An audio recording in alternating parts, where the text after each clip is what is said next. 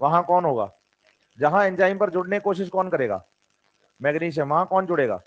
जहां कोशिश करनी है आयरन और मैग्नीशियम को एब्जॉर्प्शन की, वहां कौन होगा? मतलब मैग्नीज अपने आप में चौधरी हो रखा है। मैं करूंगा, मैं फूफा जी हूँ।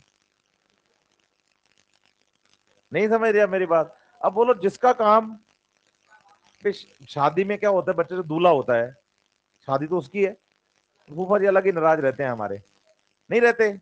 यस और नो? हाँ। अब दूल्हा बेचारा जो होता है अपनी शादी छोड़ के फूफा जी को मनाने में लगा होता है कि भाई मान जा, नहीं होता ऐसा?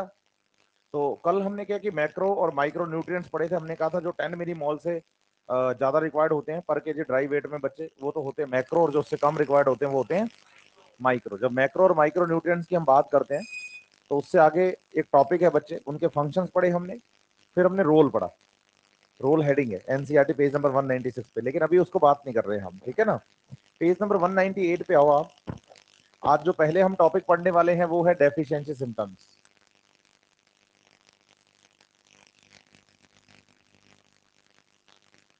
क्या पढ़ने वाले हैं बताइए? किसी भी एलिमेंट की डेफिशिएंसी पढ़ने के लिए हमें सबसे पहले याद करना पड़ता है बच्चे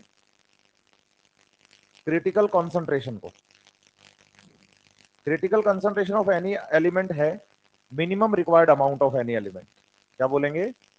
minimum required amount of any element. किसी भी एलिमेंट की रिक्वायर्ड जो मिनिमम रिक्वायर्ड अमाउंट होती है कि भाई इससे अगर कम हो गया ना तो मैं प्लांट की ग्रोथ अच्छे से नहीं करवा पाऊंगा। इससे ऊपर रहूंगा तो ठीक है, लेकिन इससे अगर क्या हो गया तो फिर प्लांट की ग्रोथ अच्छे से नहीं हो पाएगी। तो उसे आप क्या कहते हैं बच्चे? Critical concentration. जैसे फॉर एग्जांपल मैं कहूं कि भाई अपने पास कोई ना एक्स नाम का एलिमेंट है कोई, और मिनरल है, वो कह रहा है कि मेरी कंसंट्रेशन अगर 11 मिलीमोल पर केजी ड्राई वेट जो है, 1 किलो ड्राई वेट के अंदर इतनी रहे, कितनी रहे? 11 मिलीमोल, तो मैं बहुत बढ़िया काम करूंगा। 11 रहे या 11 से ज्यादा रहे तो प्लांट जो है वो नॉर्मल ग्रो करेगा, नॉर्मल ग्रोथ ऑफ प्लांट होगा।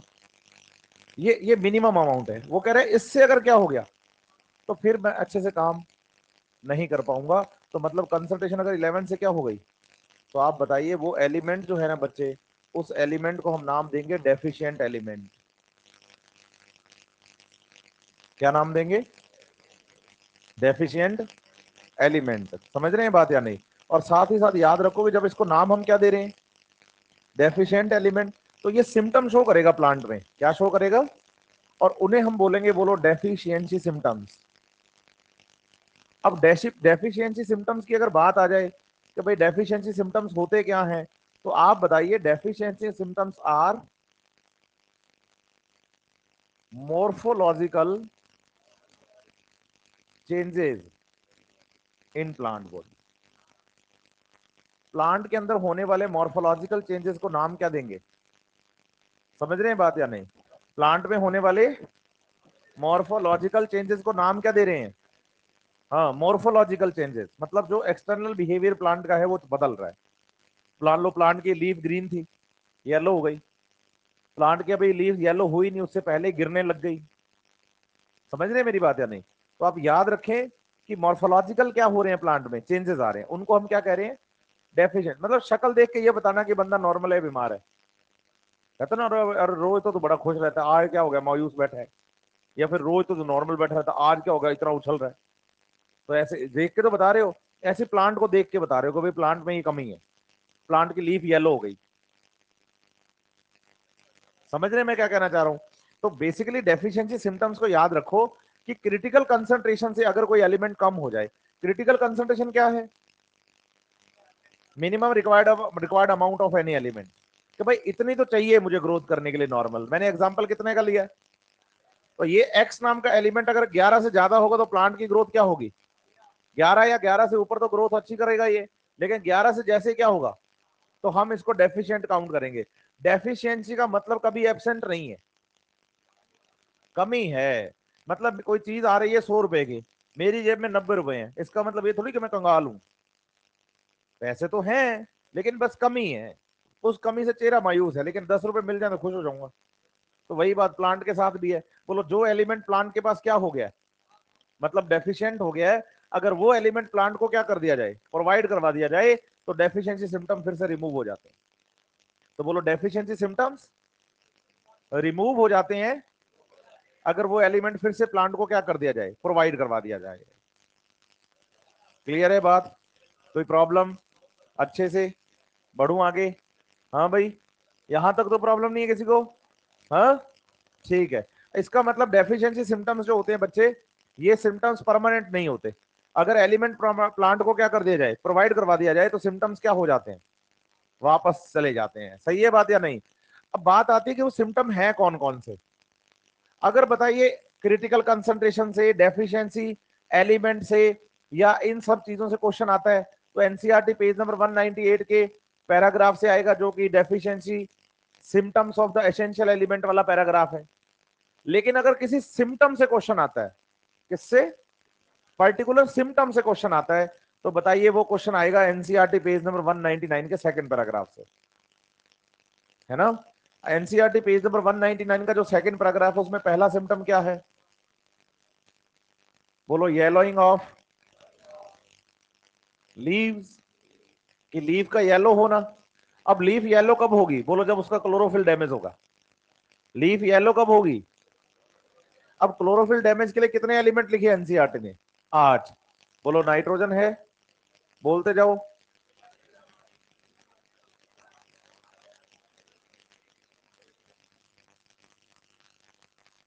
समझ रहे हैं बात या नहीं? ये 8 एलिमेंट एनसीईआरटी ने हमें लिख के दिए हैं, जो कि क्या करवा रहे हैं, क्लोरोसिस।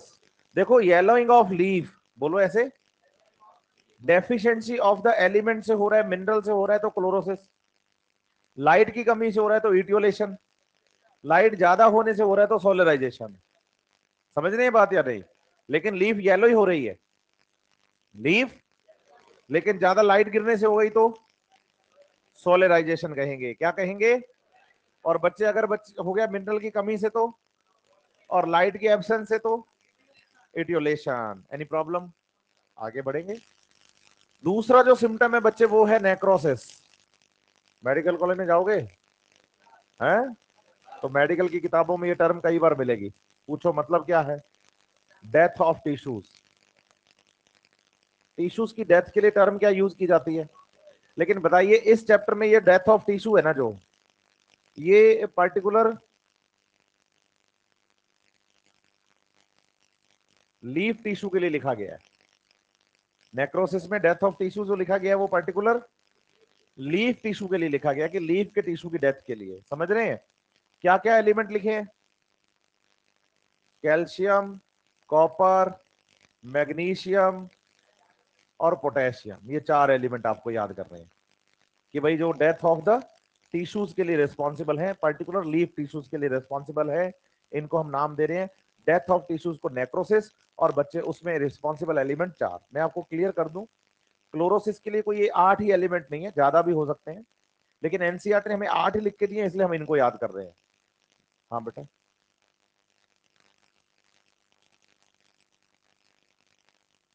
कहाँ लिखा हुआ है? हाँ मैंने क्या लिखा है, ये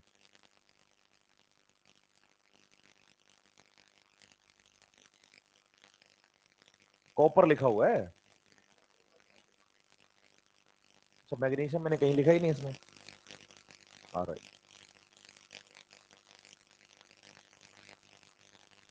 ये लो। ये तो फंक्शंस में बहुत अच्छे से पढ़ाऊंगा मैं मैग्नीशियम, तो कोई बात नहीं। तो ये आप बताना कि क्लोरोसिस के लिए कोई 8 ही थोड़ी है ये, या नेक्रोसिस के लिए 4 ही थोड़ी है ये, इसके अलावा भी है। लेकिन क्या हुआ है, एनसीईआरटी ने हमें यही लिख के दिए, इसलिए हमें याद यही करने हैं। इसके अलावा नंबर 3 पे बात करो, तो बोलो क्लोरोसिस नेक्रोसिस के बाद क्या पढ़ेंगे?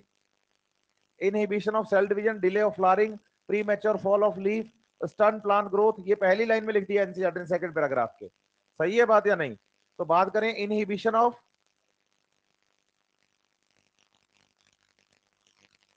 सेल डिवीजन की, तो इनहिबिशन ऑफ सेल डिवीजन की बात करो तो बोलो नाइट्रोजन है, सल्फर है, मोलिब्डेनम है, पोटेशियम है। लेकिन एक बात याद रखना, यहां ना कैल्शियम एनसीईआरटी ने लिख के नहीं दिया, लेकिन आप इसको याद कर लेना।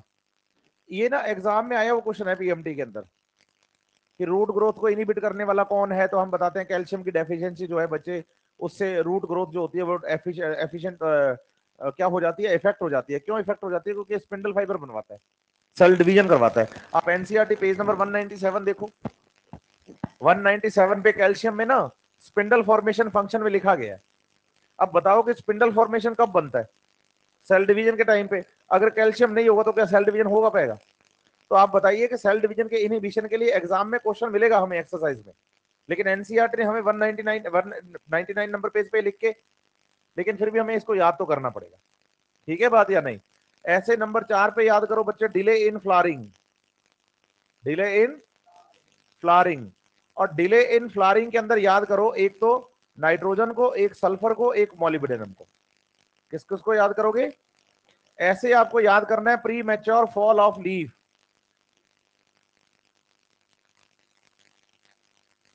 क्या याद करना है? Pre mature fall of leaf के लिए याद करना फास्फोरस। ये हालांकि एनसीईआरटी में pre mature fall of leaf and birds लिखा गया है, लेकिन उसका एलिमेंट फास्फोरस होता है, ये लिखा हुआ नहीं है। लेकिन आपको याद करना है, स्टेट पीएमटी का क्वेश्चन है, आपको किताबों के अंदर मिल भी जाता है।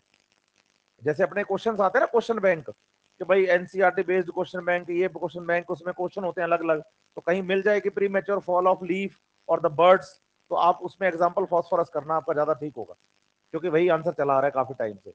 ठीक है। और नंबर 6 पे याद करना स्टाउट एक्सेस। अब एनसीईआरटी पेज नंबर 199 पर स्टाउट एक्सेस तो लिखा हुआ नहीं है, और इसके लिए जो डेफिशिएंट एलिमेंट आपको याद करना है वो बोरॉन याद करना है। क्या याद करना है? और ये है एनसीईआरटी का, इसको याद बहुत बढ़िया तरीके से करना है। ये आप बताइए, ये chlorosis, necrosis, inhibition of cell division और डिले इन फ्लावरिंग, ये चार तो हमें एनसीईआरटी में साफ से हमें मिल गए एनसीईआरटी पेज नंबर 199 पे। Pre mature fall of leaf भी एनसीईआरटी में लिखा हुआ है, लेकिन फास्फोरस होता है वो मैं बता रहा हूं। और स्टाउट एक्सिस बोलो 199 नंबर पेज पे। आप देखो एनसीईआरटी पेज नंबर 205, एक्सरसाइज है आपकी, एक्सरसाइज का क्वेश्चन नंबर 10 है। इसकी पहली स्टेटमेंट है बच्चे कि boron deficiency leads to stout axis. बोलो बिल्कुल सही स्टेटमेंट है, और हमें इसको याद करना है। समझ रहे हैं बात या नहीं? इसको हमें याद करना है। तो ये भी एनसीईआरटी का ही पोर्शन हो गया। अब कल को स्टाउट एक्सिस पे क्वेश्चन आ जाए तो बच्चा तो यही कहता है ना कि बाहर से आ गया, वो पढ़े तो ही है। समझ रहे हैं मेरी बात या नहीं? अरे हाँ ना तो बोलो। हाँ, तो ये आपको एलिमेंट्स याद करने हैं, और ये एनसीईआरटी के एलिमेंट्स है, और ये आपको याद होने ही चाहिए। ठीक है। दूसरी बात ध्यान रखिएगा जो समझने की है, वो ये कि बोलो एक एलिमेंट मल्टीपल सिम्टम शो कर सकता है। जैसे मैंने मार्किंग किसकी की, तो नाइट्रोजन क्लोरोसिस भी करवा रहा है, इनहिबिशन ऑफ सेल डिवीजन भी करवा रहा है, और डिले इन फ्लावरिंग भी करवा रहा है। कौन? क्या क्या करवा रहा है? सब करवा रहा है। कौन? लेकिन आप सोचो बच्चे, एक एलिमेंट मल्टीपल सिम्टम शो करता है, बोलो ऐसे, और बोलो एक सिम्टम मल्टीपल एलिमेंट शो करते हैं। दोनों ही ठीक है स्टेटमेंट्स। बोला जाए कि one element responsible for the multiple symptoms, one symptom shown by और रिप्रेजेंटेड बाय और कोज बाय मल्टीपल एलिमेंट्स, तो ये भी ठीक है बात। लेकिन सबसे इंपॉर्टेंट और समझने की बात एक और भी है। पूछिए क्या? जैसे मानिए बच्चे हमारे पास ना 3 प्लांट हैं। बोलो एक प्लांट है ए,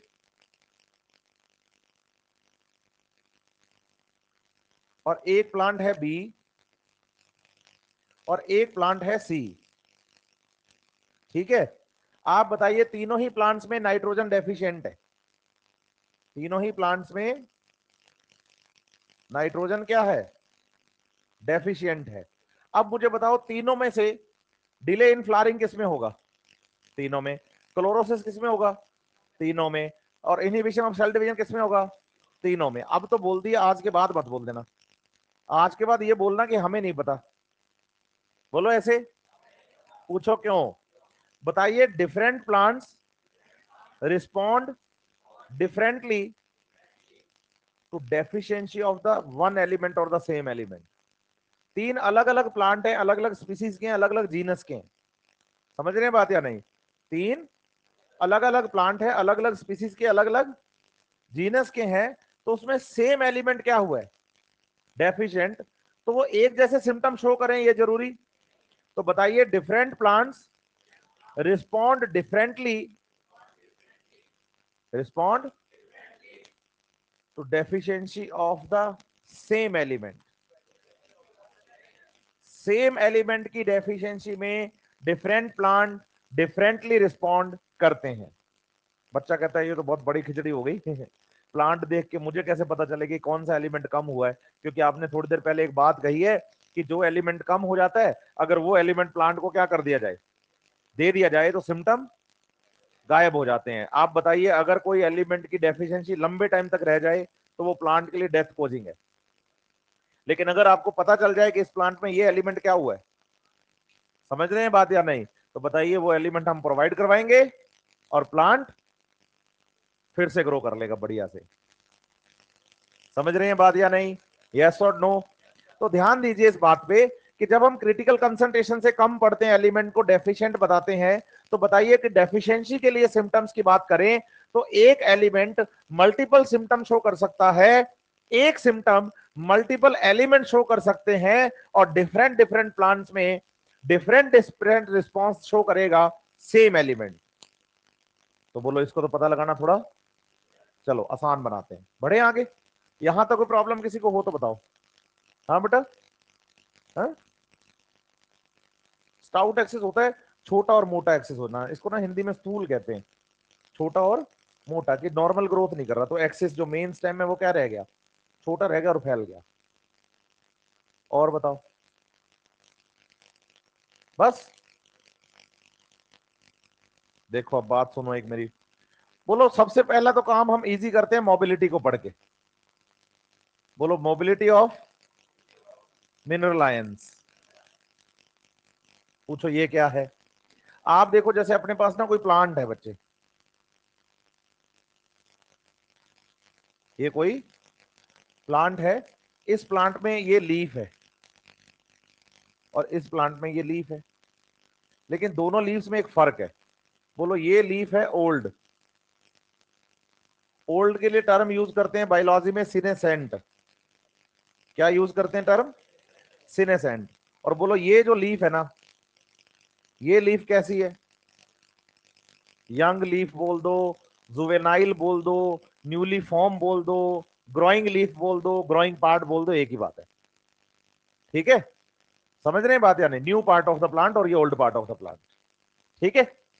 आप बताइए, इस प्लांट में हमेशा कमी जो आएगी ना, वो यंग पार्ट्स में ही आएगी।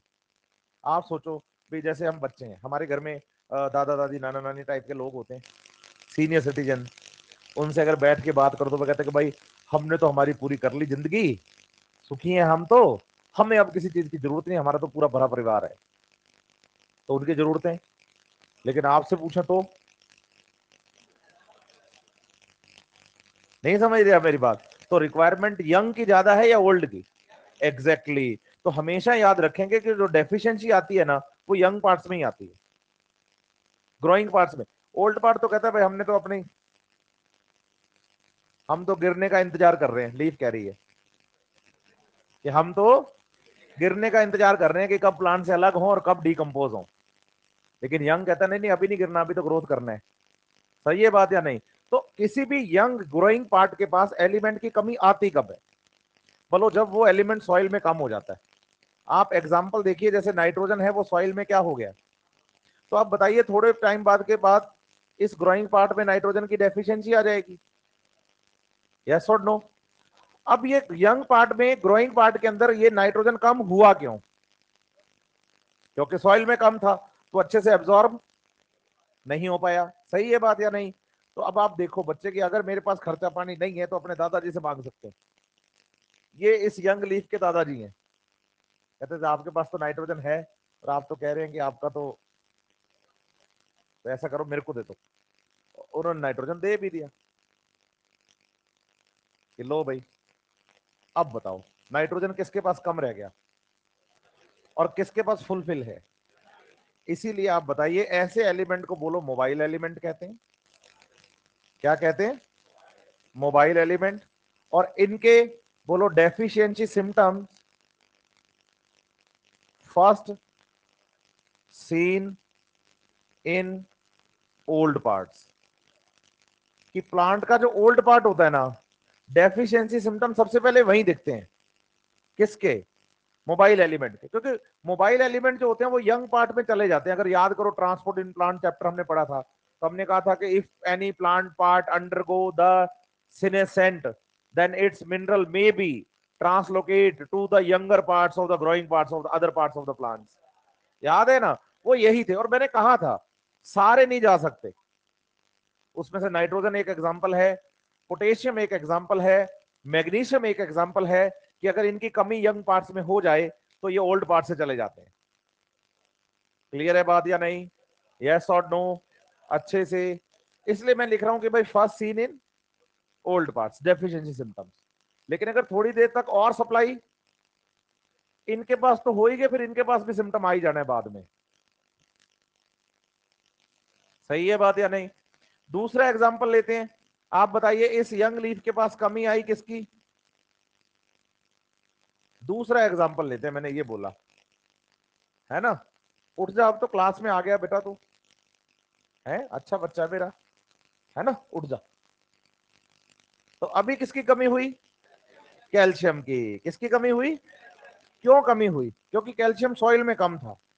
इसका मतलब सॉइल से एब्जॉर्प्शन अगर प्रॉपर चल रहा होता फिर तो प्लांट में कमी आने की जरूरत ही नहीं थी। तो इसका मतलब प्लांट को कम मिल रहा है कैल्शियम, इसलिए यंग पार्ट में कम है कौन? कैल्शियम। अब आपने फिर से मांग लिया, कहां से? ओल्ड पार्ट से। लेकिन ओल्ड पार्ट ने कर दिया मना कि भाई नहीं, नहीं देंगे। ओल्ड पार्ट ने क्या कर दिया? मना कर दिया कि नहीं, अब नहीं देंगे भाई। क्या नहीं देंगे? हाँ, तो आप बताइए ऐसे एलिमेंट जो ओल्ड पार्ट से यंग पार्ट्स में, उनको कहते हैं इमोबाइल एलिमेंट्स। क्या कहते हैं?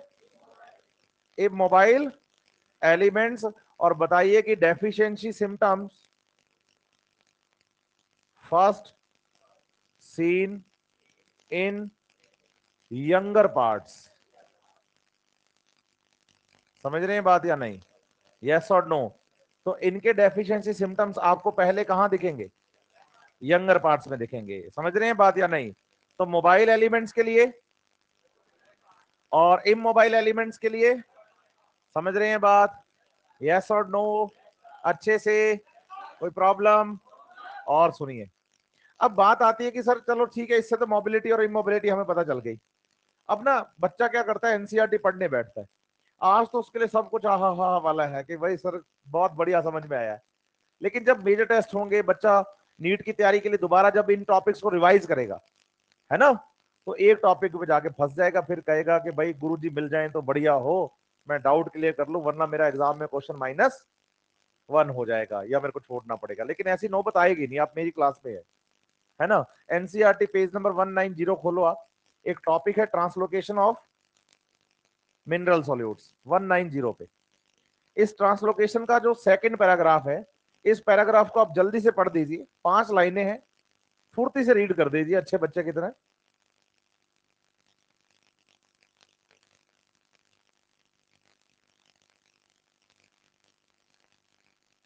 शारिक आलम, क्या हालचाल? हाँ जी। वो कह रहे हैं कि भाई potassium, nitrogen, magnesium, sulphur are relatively mobile elements. Relatively mobile elements. समझ रहे हैं बात या नहीं? अब आओ पेज नंबर 198 पे फिर से, deficiency symptoms of the essential elements है टॉपिक। इस पेज का सबसे लास्ट पैराग्राफ, 3 लाइनें लिखी गई हैं। अपीयर इन द फर्स्ट, हाँ, senescent parts, then relatively element is immobile. For example, like calcium and sulfur are the immobile element. अब देखो 190 पे सल्फर क्या लिखा और 198 पे, हाँ हो गई ना गड़बड़। यस और नो? यस और नो? तो फिर बच्चा कहता है कि सर मैं क्या याद करूं। पहले तो ये बताओ एनसीईआरटी यहां पर कितने बच्चों के पास ऐसी है जिनमें पेज नंबर 198 पे लास्ट लाइन के अंदर ओनली कैल्शियम है एंड सल्फर नहीं है? एक और, दो और, नहीं पुरानी नहीं है। हुआ क्या बीच में ना 2017 में एक एनसीईआरटी का एक साल एडिशन ऐसा आया था, उन्होंने सल्फर हटा दिया था। 18 में आई थी एनसीईआरटी एक साल के लिए, 18 में जब दोबारा उन्होंने रिवाइज की फिर से कैल्शियम के साथ सल्फर आ गया, है ना। तो ये ध्यान रखना है। इसलिए दो ही बच्चे हैं आपकी पूरी क्लास में जिनके पास एनसीईआरटी में कैल्शियम के साथ क्या नहीं है, आप ऐड कर लीजिए, क्योंकि नया एडिशन अभी एनसीईआरटी का लेटेस्ट चल रहा है, उसमें कैल्शियम एंड सल्फर दो बोथ है।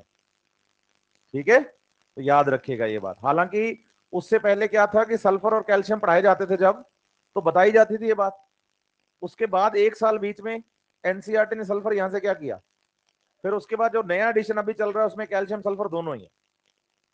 ठीक है, तो इसलिए आपको कैल्शियम सल्फर याद करना है। बच्चा कहता है ये तो ठीक है, हमें तो ये बताओ, एक जगह एनसीईआरटी ने लिख दिया मोबाइल, एक जगह लिख दिया, एग्जाम में क्या करना है। मैं 3 क्वेश्चन पूछूंगा, अगर आपने आंसर ठीक दे दिया तो एग्जाम में भी ठीक दे दोगे। ठीक है, मेरा क्वेश्चन है कि which one element relatively is immobile for the plants, immobile for the और द मिनरल एलिमेंट या मिनरल आयन। ऑप्शन बोल रहा हूं, potassium, nitrogen, magnesium, calcium. Immobile, language same है। Which one element is immobile is for plants. Option सुन लो, potassium, nitrogen, calcium, sulphur. मतलब calcium और सल्फर साथ में हो तो प्रायोरिटी किसको देनी है। ठीक है, 2 क्वेश्चन हो गए। तीसरा question, which one element is immobile for the plants. Option सुन लो, nitrogen, potassium, magnesium, sulphur. Exactly, calcium नहीं हो तो सल्फर आंसर है। फिर तो बोथ आना ही है, बस सिंपल बात है, वो तो 198 पे लिखा ही है। अगर बोथ कैल्शियम और सल्फर आ गया फिर तो आंसर है ही। लेकिन अगर कैल्शियम और सल्फर में से इमोबाइलिटी के लिए प्रायोरिटी देनी है तो, हाँ कैल्शियम नहीं है तो इमोबाइल सल्फर, क्योंकि थोड़ी बहुत अमाउंट सल्फर की बच्चे मोबाइल भी होती है, और हम पढ़ेंगे इसको बहुत अच्छे से कैसे मोबाइल होती है। यहां तक कोई प्रॉब्लम। अब क्या होगा, हम प्लांट में पता लगा लेंगे कि अगर आपको ये सिम्टम्स ओल्ड पार्ट में दिख रहे हैं तो आपको सिर्फ मोबाइल एलिमेंट पढ़ने हैं। ये आवाज माइक में आ रही है।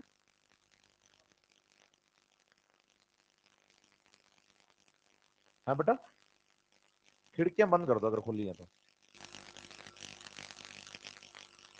कोई बात नहीं बच्चे, मुझे लगा माइक से ना आ रही हो बस।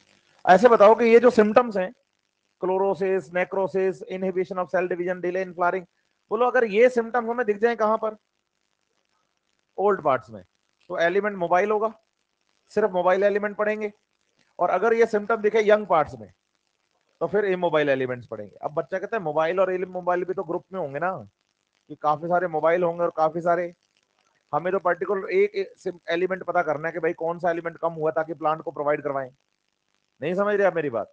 मेरे को ये बात बताओ कि अगर आपको ये पता करना हो कि अभी तक हमने कितने प्लांट डिस्कवर कर लिए हैं, तो बच्चा कहता है हम किताब में पढ़ते हैं लगभग 5 लाख प्लांट, तो टोटल 17 से 18 लाख ऑर्गेनिज्म है जिनमें 5 लाख प्लांट ढूंढ लिए हमने। अगर आपको ये पता करना हो कि हमने कौन कौन से प्लांट अब तक ढूंढ लिए हैं रूट स्टेम लीफ वाले, यस और नो, तो कहां जाओगे हैं? बोलो पेरिस जाएंगे, पेरिस। हाँ, museum of the natural history, दुनिया का सबसे बड़ा हर्बेरियम, हर प्लांट का हर्बेरियम मिलेगा वहां पर जो भी आज तक डिस्कवर हुआ है। नहीं, इसका मतलब जो भी प्लांट डिस्कवर हुए हैं उनका हमने हर्बेरियम बना के रख लिया, जो भी प्लांट डिस्कवर हुए हैं उनका हमने बोटेनिकल गार्डन बना के रख लिए, म्यूजियम्स में प्लांट्स को रख लिया है। हम स्टडी करके बता सकते हैं कि इस एरिया में कौन कौन से प्लांट्स ढूंढ लिए गए हैं। सही है बात या नहीं।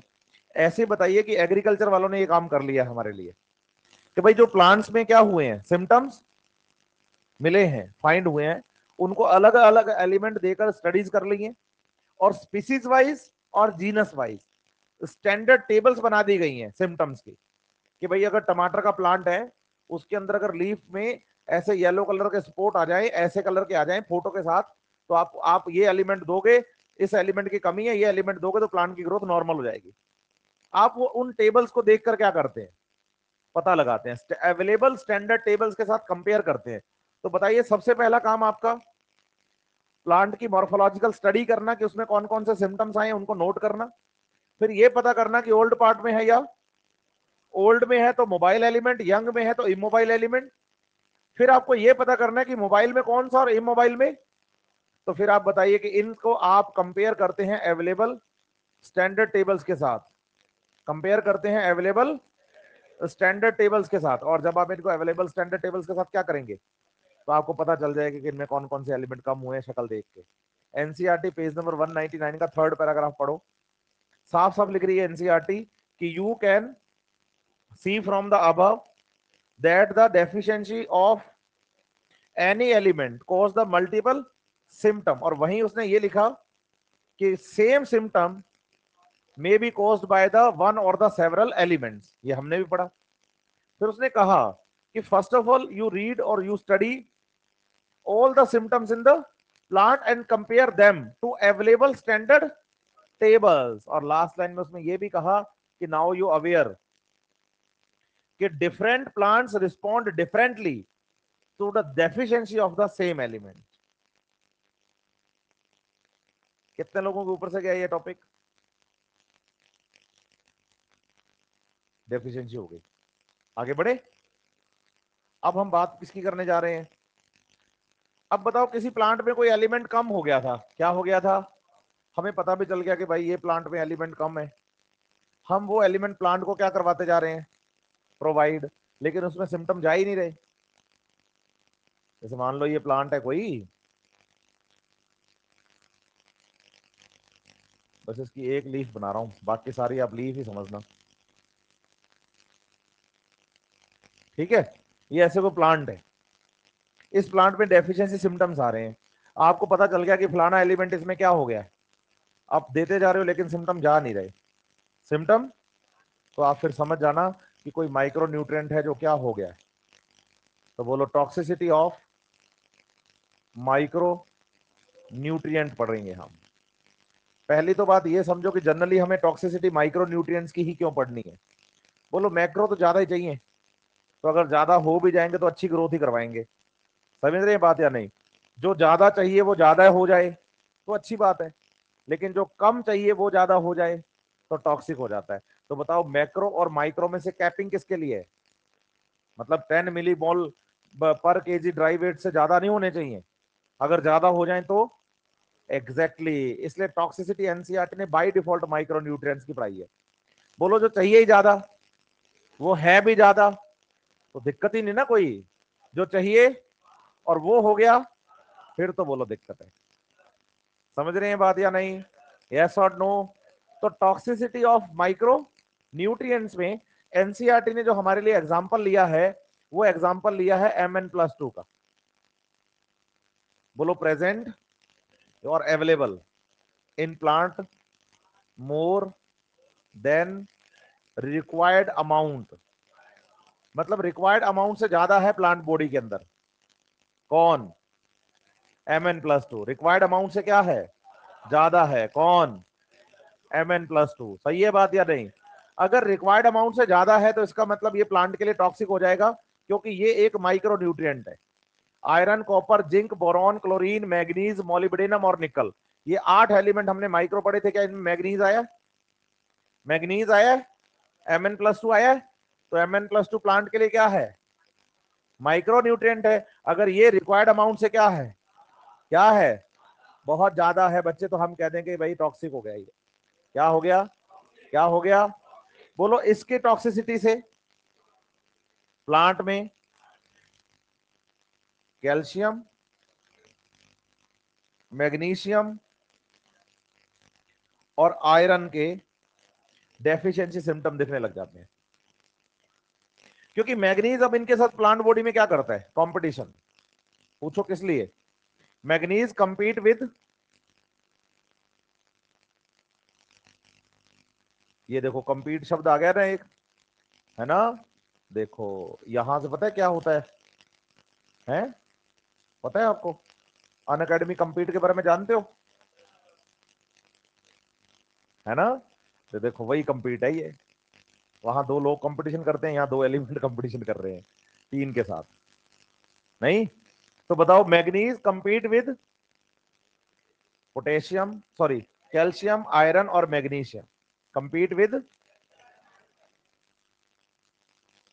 पूछो किस लिए? ये कंपीट करते हैं बच्चे कैल्शियम के साथ, बोलो ट्रांसलोकेशन के लिए। किसके लिए? आयरन के साथ और मैग्नीशियम के साथ, एब्जॉर्प्शन के लिए और मैग्नीशियम के साथ बाइंड ऑन एंजाइम के लिए। एंजाइम्स पर बाइंड होने के लिए मैग्नीशियम के साथ, एब्जॉर्प्शन के लिए मैग्नीशियम और आयरन दोनों के साथ, ट्रांसलोकेशन के लिए कैल्शियम के साथ। अब जहां ट्रांसलोकेट किसने होना होगा, वहां कौन होगा? जहां एंजाइम पर जुड़ने की कोशिश कौन करेगा? मैग्नीशियम। वहां कौन जुड़ेगा? जहां कोशिश करनी है आयरन और मैग्नीशियम को एब्जॉर्प्शन की, वहां कौन होगा? मतलब मैग्नीज अपने आप में चौधरी हो रखा है, मैं करूंगा, मैं फूफा जी हूं। नहीं समझ रहा मेरी बात? अब बोलो, जिसका काम, शादी में क्या होता है, बच्चे जो दूल्हा होता है, शादी तो उसकी है, फूफा जी अलग ही नाराज रहते हैं हमारे, नहीं रहते? यस और नो? हाँ। अब दूल्हा बेचारा जो होता है अपनी शादी छोड़ के फूफा जी को मनाने में लगा होता है कि भाई मान जा, नहीं होता ऐसा? तो देखो उसका मेन फंक्शन इफेक्ट हो गया। उसकी जिसकी शादी है बेचारा वो शादी में लेट हो रहा है, पंडित जी कह रहे हैं कि भाई टाइम निकल रहा है, नहीं समझ रहा मेरी बात? तो ऐसे आप बताइए कि प्लांट कह रहा है कि भाई कैल्शियम आयरन मैग्नीशियम चाहिए, मैग्नीज कहता है नहीं मानूंगा, मैं अमाउंट में क्या हूं ज्यादा, तो मैं जीतूंगा, क्योंकि इकोलॉजी पढ़ी ना हमने। तो बोलो बायोलॉजी में कंपटीशन वही जीतता है जो अमाउंट में ज्यादा होता है, नहीं समझ रहे आप मेरी बात? यस और नो? तो मैग्नीज कहता है कि मैं अमाउंट में, तो कंपटीशन, तो जहां इनो तीनों को काम करना था वहां मैग्नीज काम करने लग जाएगा। तो बोलो प्लांट में इनकी हमें क्या दिखने लग जाएगी? ऑक्सीजन की भी हो रही है नहीं, तो हमें इनकी क्या दिखने लग जाएगी? कमी दिखने लग जाएगी। समझ रहे हैं बात या नहीं? इनकी कमी दिखने लग जाएगी तो आप बताओ कि प्लांट को आप ये प्रोवाइड भी करवाओगे तो भी प्लांट इनको अच्छे से अब्सॉर्ब नहीं कर पाएगा, तो प्रॉब्लम हो जाएगी ना। ठीक है बात? यस और नो? अच्छे से बताइए कि भाई अब हम कहेंगे कि मैग्नीज यहाँ टॉक्सिक हो गया। टॉक्सिसिटी ऑफ मैग्नीज का हमें एनसीईआरटी ने एक सिम्टम पढ़ाया, पूछो क्या? Brown spots surrounded by chlorotic veins. बताइए जो लीव्स होती है ना, लीव्स, इसमें ब्राउन कलर के स्पॉट्स मिलने लग जाते हैं आपको ऐसे। क्या मिलते हैं? ब्राउन कलर के स्पॉट्स मिलते हैं, सराउंडेड बाय क्लोरोटिक वेन्स लिख रही है NCERT. Surrounded by chlorotic when से मतलब यहां है कि जो वेन्स वाला हिस्सा होता है ना, ये वाला, ये हिस्सा तो हो जाता है येलो, और लीफ का जो बाकी हिस्सा होता है ना, वहां पर ब्राउन ब्राउन कलर के क्या दिखने लगते हैं? समझ रहे हैं बात या नहीं? तो ग्रीन लीफ में येलो कलर के क्या दिखते हैं? वेन्स, और उनके बीच बीच में ब्राउन कलर के क्या दिखते हैं? तो सिम्टम हम क्या लिखते हैं? बोलो, brown spots surrounded by chlorotic veins. समझे बात या नहीं?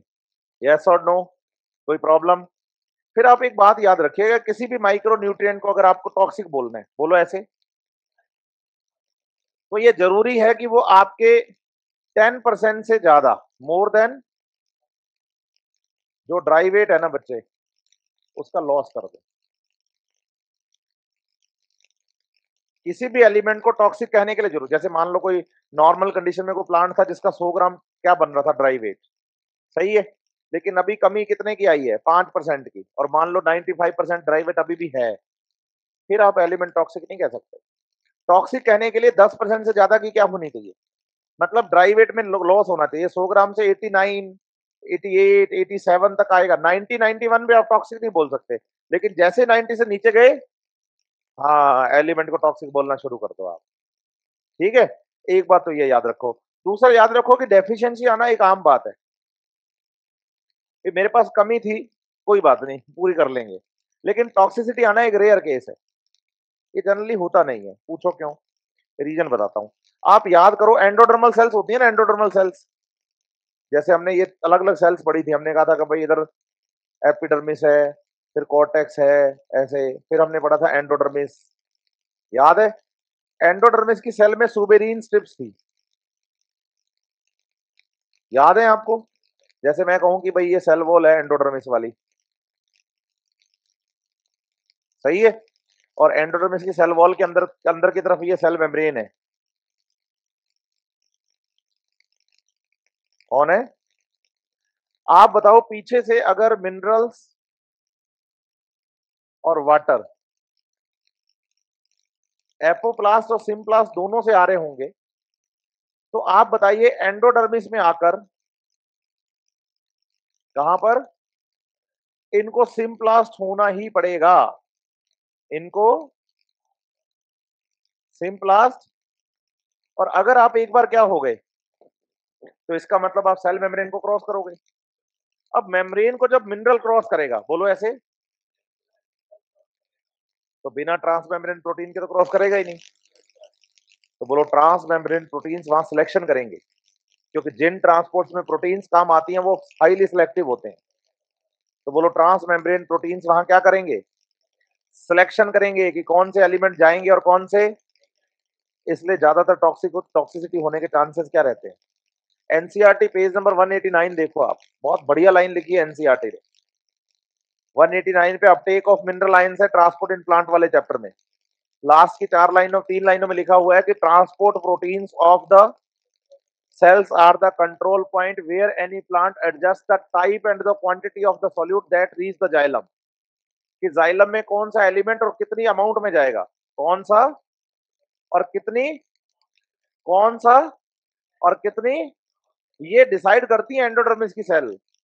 क्योंकि उनकी सेल्स के जो सेल मेम्ब्रेन के प्रोटीन्स होते हैं ना बच्चे, वो वहां पर सेलेक्टिव पोर्स का काम करते हैं, जो जरूरत से ज्यादा मिनरल्स को जाने नहीं देते। समझ रहे हैं बात या नहीं? यस और नो?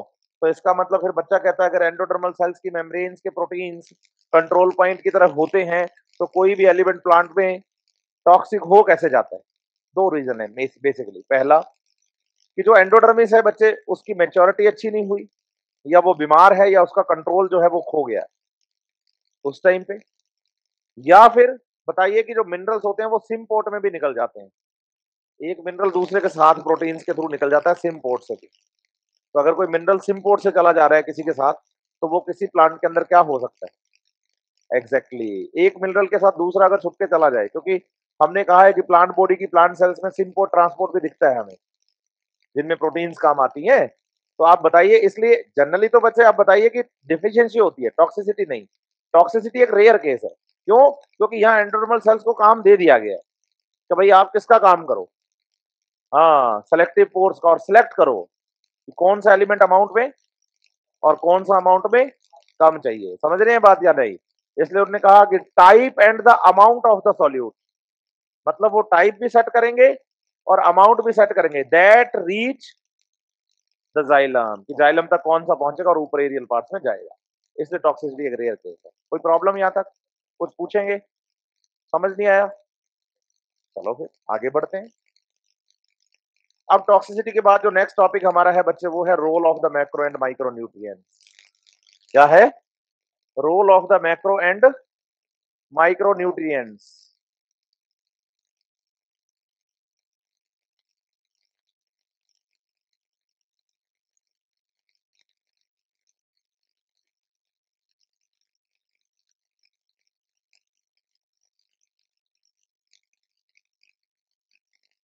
शुरू करें।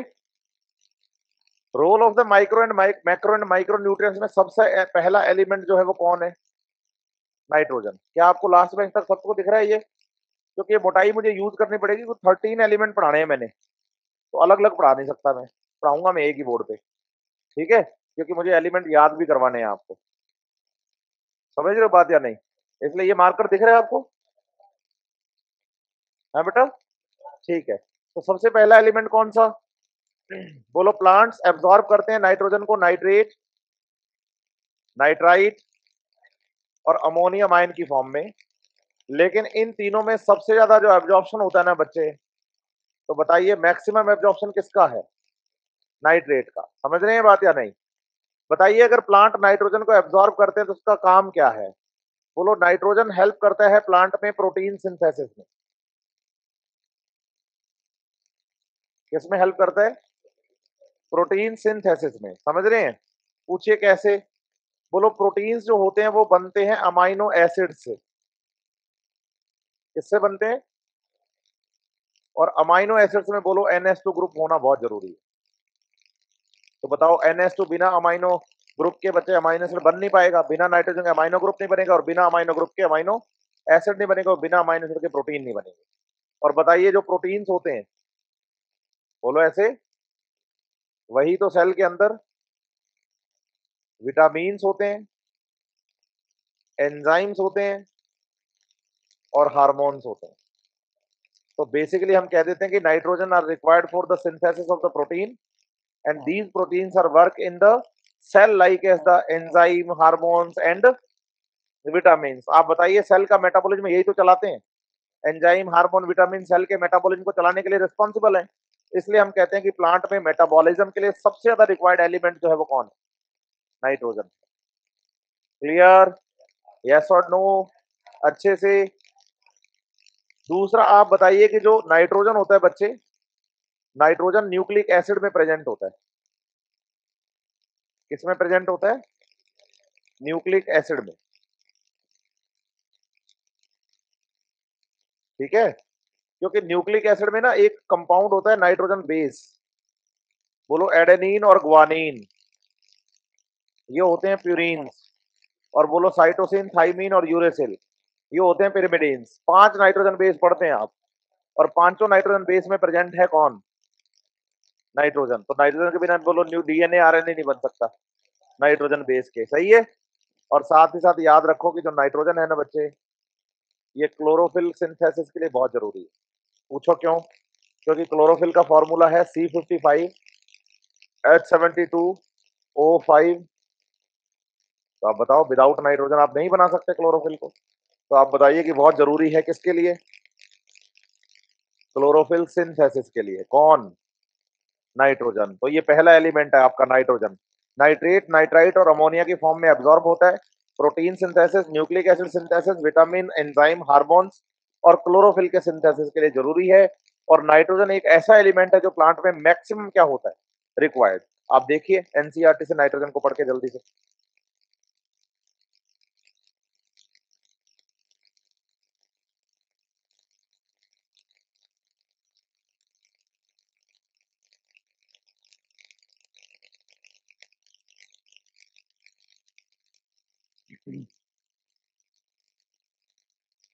हो गया? समझ आया? दूसरा एलिमेंट बताओ। फॉस्फोरस। सही है। आप बताइए, प्लांट्स फॉस्फोरस को एब्जॉर्ब करते हैं H2PO4 माइनस, या फिर एब्जॉर्ब करते हैं HPO4-2 की फॉर्म में? किसकी फॉर्म में? HPO4-। बोलो, ये डिपेंड करता है कि सॉइल की पीएच कैसी है। सॉइल की अगर पीएच कम है तो बोलो H+। तो ज्यादा H+ किसमें है? H2PO4 में, HPO4 में? तो फिर बोलो H2PO4 एब्जॉर्ब होता है। अगर सॉइल की पीएच, तो H2PO4, समझ रहे हैं बात या नहीं? H2PO4- एब्जॉर्ब होता है। और अगर सॉइल की पीएच क्या है? तो H+ ज्यादा, तो H2PO4। और अगर सॉइल की पीएच क्या है? कम, तो H+। समझ रहे हैं बात या नहीं? सॉइल की पीएच क्या है? कम, तो H+ ज्यादा, तो ज्यादा H+ पर H2PO4-। और सॉइल की पीएच H+, तो HPO4-। सही है। तो पीएच पे डिपेंड करता है, पीएच ज्यादा है तो H+, पीएच कम है तो H+, उस हिसाब से। समझ रहे हैं बात या नहीं? दूसरा याद करो कि जो फॉस्फोरस है, बोलो सेल मेम्ब्रेन फॉर्मेशन के लिए चाहिए। पूछो क्यों? क्योंकि सेल मेम्ब्रेन का फॉर्मेशन करता है, बोलो, फॉस्फोलिपिड। और फॉस्फोलिपिड को विदाउट फॉस्फोरस तो बना ही नहीं सकते ना आप, इसलिए फॉस्फोरस चाहिए। दूसरा आप बताइए कि phosphorus required for the synthesis of nucleic acids. पूछो क्यों? क्योंकि न्यूक्लिक एसिड का जो फॉस्फेट ग्रुप होता है ना, बिना फॉस्फेट की नहीं बना सकते आप। चाहे डीएनए हो और चाहे आरएनए, फॉस्फेट ग्रुप तो मिलेगा ही मिलेगा। तो फॉस्फेट ग्रुप के बिना आप न्यूक्लिक एसिड नहीं बना सकते। तीसरा बोलो, फॉस्फोरस चाहिए आपको एनर्जी रिच कंपाउंड्स के फॉर्मेशन के लिए। समझ रहे हैं बात या नहीं? एनर्जी रिच कंपाउंड्स, बोलो एटीपी, बोलो एडीपी, बोलो एनएडीपी, है ना, एनएडी। इन सब का सिंथेसिस करने के लिए भी क्या चाहिए? फॉस्फोरस। एडिनोसिन ट्राई फॉस्फेट में फॉस्फेट है, एडिनोसिन डाई फॉस्फेट में फॉस्फेट है, निकोटीन एडेनिन डाई न्यूक्लियोटाइड में फॉस्फेट है, nicotinamide adenine di nucleotide phosphate में भी फॉस्फेट है। एनएडी में 2 होते हैं डीपीएन, एनएडीपी में 3 होते हैं टीपीएन, ट्राईफॉस्फेट न्यूक्लियोटाइड और डाईफॉस्फेट न्यूक्लियोटाइड। एंजाइम्स के को एंजाइम्स में पढ़ाया था मैंने आपको, है ना। और एक आप याद करिएगा, ये आया हुआ है एम्स 2013 के अंदर, एक एमसीक्यूज का क्वेश्चन था बच्चे, जो स्टेटमेंट अभी बोल रहा हूं। बताइए, ऑल्सो फाउंड इन, या आप बोलो प्रेजेंट इन सर्टेन प्रोटीन्स। ठीक है, ये बात याद रखना, नीट के मतलब एम्स के अंदर आया हुआ है 2013 के अंदर ये क्वेश्चन। और इस स्टेटमेंट पर ये क्वेश्चन आया था, इसके बारे में मैं डिस्कशन करूंगा आपसे, लेकिन अभी नहीं कर रहा हूं। पूछो क्यों? क्योंकि ये डिस्कशन मैं आपसे करूंगा जब मैं आपको सल्फर पढ़ाऊंगा तब। इसलिए अभी फॉस्फोरस वाले डिस्कशन को छोड़ दो, मतलब फॉस्फेट वाले सर्टेन प्रोटीन्स वाले को छोड़ दो, बाकी सारी बातें एज इट इज आपको याद करनी है, मैं ऑलरेडी पहले से पढ़ा चुका हूं आपको। लेकिन अभी के लिए किस पे ध्यान नहीं देना? सर्टेन प्रोटीन्स वाले पॉइंट पे। वो मैं जब सल्फर पढ़ाऊंगा तो आपको बहुत बढ़िया से क्लियर करवाऊंगा, उसके थोड़ा सा वेट करना पड़ेगा। कर लेंगे? नहीं सर बोलेंगे तो भी नहीं बताऊंगा अभी। समझ रहे हैं बात या नहीं? क्योंकि सल्फर के साथ ज्यादा अच्छा समझ में आएगा, और एम्स 2013 का क्वेश्चन आया था स्टेटमेंट बेस्ड, उसमें आपको मिलेगा ये। बढ़े आगे? ठीक है, तो देखो फॉस्फोरस को पढ़ के देखो जल्दी से।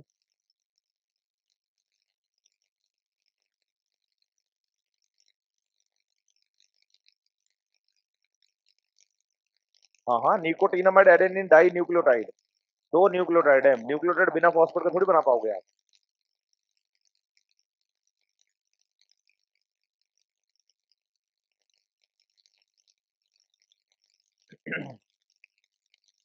हाँ जी, हो गया। तीसरा एलिमेंट बताओ, पोटेशियम। देखो इसको तो हमने पढ़ा था बहुत बढ़िया से। बोलो एनायन कैटायन बैलेंस, है ना। और एनायन कैटायन बैलेंसिंग जब ये करता है तो बोलो हेल्प करता है ओपनिंग ऑफ द स्टोमेटा में। याद है आपको? स्टोमेटा ओपनिंग के लिए पढ़ा था हमने, बोलो पोटेशियम को। सही है। दूसरा याद करो कि जो पोटेशियम आयन है कौन, बोलो maximum required in growing parts of plant. देखो प्लांट के जब ग्रोइंग पार्ट्स की आप बात करते हो तो ग्रोइंग पार्ट्स का मतलब हो जाता है, बोलो newly form leaves and birds, है ना। इन रीजन्स में आपको सबसे ज्यादा मिलेगा कौन? पोटेशियम। पूछो क्यों? क्योंकि जो न्यूली फॉर्म लीव्स और बर्ड्स होती हैं बच्चे, इनमें प्रोटीन सिंथेसिस बहुत ज्यादा होता है। बोलो ऐसा, क्योंकि इनमें मेटाबॉलिज्म ज्यादा होता है। अब मेटाबॉलिज्म करवाने के लिए बोलो एंजाइम्स की जरूरत पड़ती है, और एंजाइम्स बनाने के लिए बोलो प्रोटीन्स की जरूरत पड़ती है। मेटाबॉलिज्म करवाने के लिए क्या चाहिए, और एंजाइम्स बनाने के लिए क्या चाहिए? तो प्रोटीन सिंथेसिस ज्यादा काम आता है, और प्रोटीन सिंथेसिस के जो एंजाइम्स होते हैं उनके एक्टिवेटर का काम करता है पोटेशियम। तो बताइए, potassium is also required for the protein synthesis, और जिन रीजन्स में प्रोटीन सिंथेसिस ज्यादा होता है वहां पोटेशियम की रिक्वायरमेंट क्या रहती है? अब आपसे को पूछे कि प्लांट में मैक्सिमम रिक्वायर्ड कौन, और ग्रोइंग रीजन में मैक्सिमम रिक्वायर्ड कौन? एग्जैक्टली, ये ध्यान रखना बात को। ठीक है, देखो पोटेशियम पढ़ के। हाँ, मेरिस्टेमेटिक टिश्यू ग्रोइंग रीजन आ गया ना। ग्रोइंग पार्ट्स में मेरिस्टेम तो रहेगा ही रहेगा, बाय डिफॉल्ट है वो तो। न्यूली फॉर्म लीव्स, बर्ड्स और मेरिस्टेमेटिक टिश्यू लिख लो।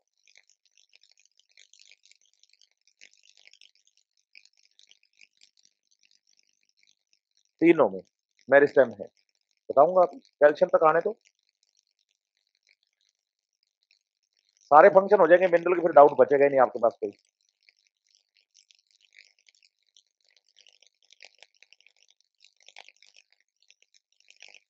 हाँ जी, क्लियर है। चलो नेक्स्ट एलिमेंट बताओ, नंबर 4 पे बोलो कैल्शियम। प्लांट कैल्शियम को एब्जॉर्ब करते हैं, बोलो Ca+2 की फॉर्म में। एक तो बोलो कैल्शियम को पढ़ा है हमने मिडल लैमेला में। कहां पर? मिडल लैमेला में। बोलो कैल्शियम पैक्टेट था मैक्सिमम अमाउंट में, है ना, तो वहां कैल्शियम होता है। दूसरा याद करो कि जो कैल्शियम है ये जो सेल मेम्ब्रेन होती है ना, सेल मेम्ब्रेन की परमेबिलिटी के लिए रिस्पॉन्सिबल है, और साथ ही साथ बोलो सेल डिफरेंशिएशन के लिए। लेकिन जब permeability of the cell membrane और डिफरेंशिएशन की बात आती है तो आप अपने दिमाग में एक बात याद करिए कि जो कैल्शियम आयन होता है वो अकेला काम नहीं करता। यहाँ पर मेम्ब्रेन परमेबिलिटी या डिफरेंशिएशन में कैल्शियम आयन अकेला काम नहीं करता, ये एक एलिमेंट के साथ मिलकर काम करता है और उस एलिमेंट का नाम है बोरॉन। और पूरा जो कॉम्प्लेक्स बनाते हैं ना मेम्ब्रेन परमेबिलिटी को रेगुलेट करने के लिए, उस कॉम्प्लेक्स का नाम है कैल्शियम बोरॉन इनोसिटॉल कॉम्प्लेक्स। क्या नाम है? Calcium boron inositol complex. 12th की एनसीईआरटी का सेकंड चैप्टर है बच्चे, sexual reproduction in flowering plants, जिसको हम लाइफ साइकिल ऑफ एंजियोस्पर्म के नाम से भी जानते हैं। वहां पर ये कॉम्प्लेक्स आपको साफ साफ पढ़ाया जाता है पॉलन जर्मिनेशन के टाइम पर, कि जब पॉलन ग्रेन की फॉर्म जर्मिनेशन होता है ना, स्टिग्मा पर आकर गिरता है पॉलन ग्रेन आफ्टर पॉलिनेशन, और पॉलन ग्रेन जर्मिनेट करता है तो पॉलन ग्रेन से जर्म पोर से पॉलन ट्यूब बनती है। पॉलन ट्यूब की स्टाइल रीजन में ग्रोथ के लिए कैल्शियम बोरॉन इनोसिटॉल कॉम्प्लेक्स पढ़ते हैं। इसलिए एनसीईआरटी ने देखो पेज नंबर 198 पे जहां बोरॉन लिखा है, बोरॉन के अंदर ये लिखा है कि boron is required for the uptake and utilisation of the calcium, और वहां बोरॉन में उन्होंने पॉलन जर्मिनेशन को भी मेंशन किया है। हालांकि पॉलन जर्मिनेशन अकेले बोरॉन का काम एक कॉम्प्लेक्स है पूरा। तो आप ऐसे बताइए कि सेल डिफरेंशिएशन और मेम्ब्रेन परमेबिलिटी को मेंटेन करना भी कैल्शियम का अकेले का काम। तो एनसीईआरटी ने कुछ फंक्शन कैल्शियम के अंदर लिख दिए और कुछ फंक्शन हालांकि हैं दोनों के मिलकर, क्योंकि बिना बोरॉन के तो कैल्शियम काम ही नहीं कर सकता प्लांट बॉडी में, क्योंकि प्लांट बॉडी के अंदर अगर आप कैल्शियम को एब्जॉर्ब करना चाहते हो तो बोरॉन के साथ ही करोगे। साथ ही साथ याद रखो, बोलो, स्पिंडल फॉर्मेशन करवाता है। सेल बायोलॉजी पढ़ी थी, सेल डिवीजन पढ़ा था। बताइए स्पिंडल फाइबर्स जो होते हैं बच्चे सेल डिवीजन के टाइम पे जो बनते हैं, ये बने होते हैं ट्यूबुलिन प्रोटीन के माइक्रोट्यूब्यूल से। Microtubules of the tubulin proteins are responsible for the formation of the spindle fibre. और वो माइक्रोट्यूब्यूल्स आपस में जुड़ जुड़ के लंबा एक फाइबर बनाते हैं, जिसे हम स्पिंडल फाइबर कहते हैं, जिसमें ट्यूबुलिन मिलती है आपको अल्फा और बीटा टाइप की, है ना। सब यूनिट्स होती हैं अल्फा बीटा ट्यूबुलिन, और इन सब यूनिट्स को जोड़ने का काम बोलो कैल्शियम और गुआनोसिन ट्राइफॉस्फेट करता है। जीटीपी और कैल्शियम के बिना बच्चे माइक्रोट्यूब्यूल्स आपस में जुड़ नहीं सकते, बॉन्डिंग के लिए रिस्पॉन्सिबल है। तो माइक्रोट्यूब्यूल्स को जोड़कर स्पिंडल फाइबर बनाने का काम किसका? और गुआनोसिन ट्राइफॉस्फेट का। लेकिन वो हमें पढ़ना ही नहीं, हमें तो इस पे ध्यान देना है अभी। कैल्शियम, तो कैल्शियम स्पिंडल फाइबर बनवाता है, इसीलिए बोलो ये मेरिस्टेमेटिक रीजन में जरूरी होता है। ये सेल डिवीजन के लिए जरूरी है, ये उस ग्रोइंग रीजन के अंदर मेरिस्टेमेटिक रीजन में मेटाबॉलिज्म के लिए जरूरी है ना। और आप बताओ स्पिंडल फाइबर बनते किससे हैं? ट्यूबुलिन प्रोटीन से। कैल्शियम तो बनवाने में हेल्प करता है, बनते किससे हैं? ट्यूबुलिन, ट्यूबुलिन और प्रोटीन बिना नाइट्रोजन के बन नहीं सकती। इसलिए ये मेरिस्टेमेटिक रीजन में नाइट्रोजन भी लिखा, पोटेशियम भी लिखा, कैल्शियम भी लिखा। समझ रहे हैं बात या नहीं? फिर आप बताओ स्पिंडल फाइबर जुड़ते हैं क्रोमोसोम पर, और क्रोमोसोम को लाते हैं इक्वेटोरियल प्लेट पर, जिससे हम क्रोमोसोम की स्ट्रक्चर पढ़ते हैं, नंबर पढ़ते हैं। और जब ये स्प्लिट होकर एनाफेज में रोटेट मूव करता है अपोजिट पोल्स की तरफ, तो V L I J shapes आती हैं। तो शेप्स ऑफ द क्रोमोसोम किसकी वजह से है? स्पिंडल फाइबर्स की वजह। मतलब वजह तो है उसकी सेंट्रोमियर है, लेकिन सेंट्रोमियर की एक्चुअल पोजीशन कहाँ है ये तो स्पिंडल फाइबर से पता चलता है आपको, जब वो जाके जुड़ता है उस पे। हाँ या ना? तो आप बताएंगे कि बच्चे इससे क्रोमोसोम शेप पता चलती है। हाँ हाँ, वही क्रोमोसोम शेप और मॉर्फोलॉजी। सही है बात या नहीं? और साथ ही साथ बताइए stored in older parts of the plant. अच्छा, ये ओल्डर पार्ट्स में स्टोर क्यों होता है? क्योंकि ये इमोबाइल होता है। Very good, highly immobile element है कौन? इसलिए एनसीईआरटी, मैंने स्टोर टर्म यूज किया, एनसीईआरटी ने एक्यूमुलेट टर्म यूज किया। दोनों का मतलब एक ही है। अब पढ़ के देखो, देखो कैल्शियम से बातें समझ में आती हैं या नहीं?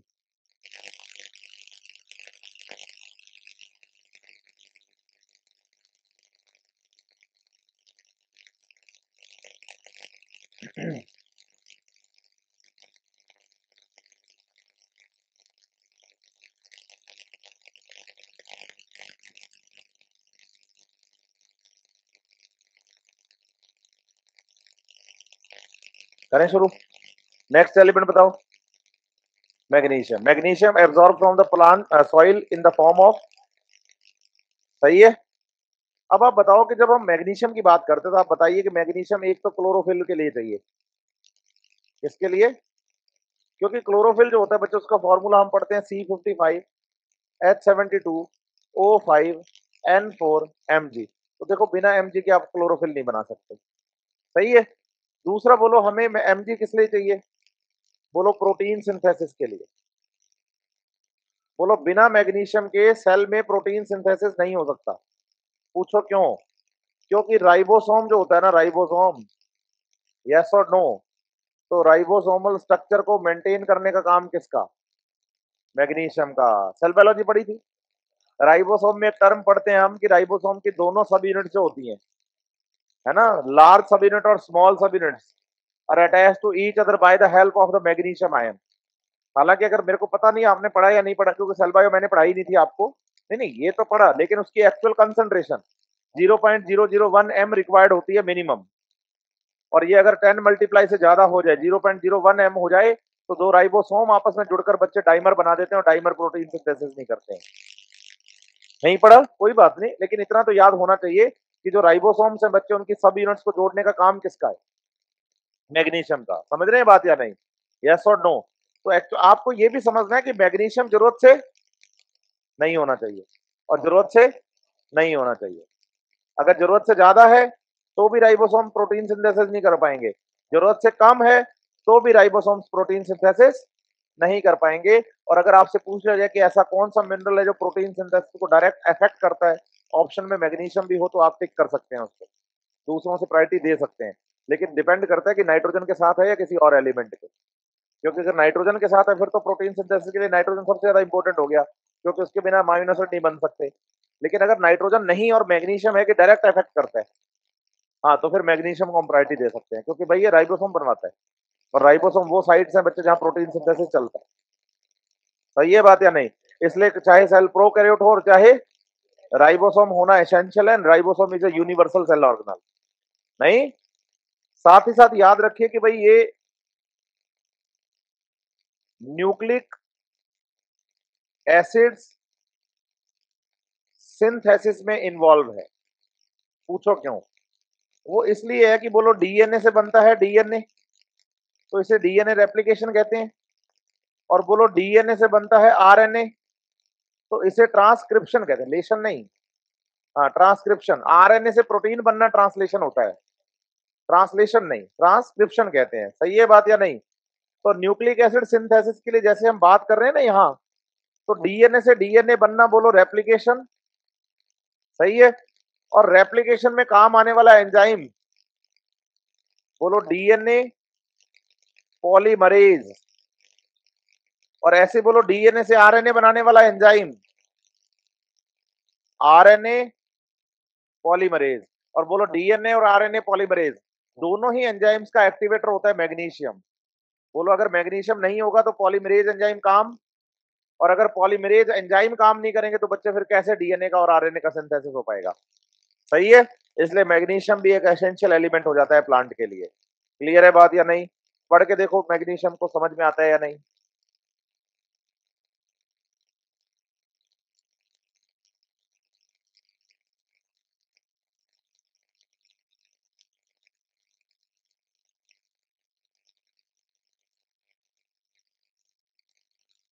चलें आगे।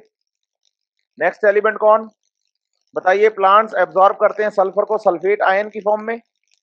बोलो सल्फर के बिना इलेक्ट्रॉन ट्रांसपोर्ट सिस्टम पॉसिबल नहीं है। पूछो क्यों? क्योंकि ये आयरन सल्फर प्रोटीन का पार्ट होता है।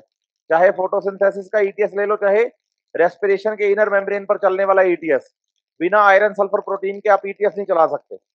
इसलिए बताइए ईटीएस चलाने के लिए सल्फर चाहिए, क्योंकि आयरन सल्फर प्रोटीन का क्या है? Structural part. दूसरा बताइए प्लांट्स में ऑयल सिंथेसिस में हेल्प करता है कौन? सल्फर। साथ ही साथ याद रखिए कि sulphur is present in certain amino acids, certain amino acids में प्रेजेंट होता है। बोलो उन सर्टेन अमाइनो एसिड्स का नाम आप याद करेंगे, मेथियोनिन और याद करेंगे सिस्टीन। ठीक है। ये एनसीईआरटी ने 2 अमाइनो एसिड हमें लिख के दिए हैं कि 2 अमाइनो एसिड सिस्टीन और मेथियोनिन में प्रेजेंट होता है कौन? लेकिन अगर कभी सिस्टाइन लिखा हुआ मिल जाए ना, सिस्टाइन, CYSTYNE, तो दुखी मत हो जाना, बोलना उसमें भी सल्फर है। पूछो क्यों? दो सिस्टीन मिलकर तो सिस्टाइन बनाते हैं, जब सिस्टीन में सल्फर है तो सिस्टाइन में भी है। समझ रहे हैं बात या नहीं? क्योंकि आप सब लोग क्या है, रिपीटर्स हैं। अब लास्ट ईयर हो सकता है किसी टीचर ने बच्चे नोट्स में लिखवा दिया हो कि भाई sulphur is present in मीथियोनिन, cysteine and cysteine.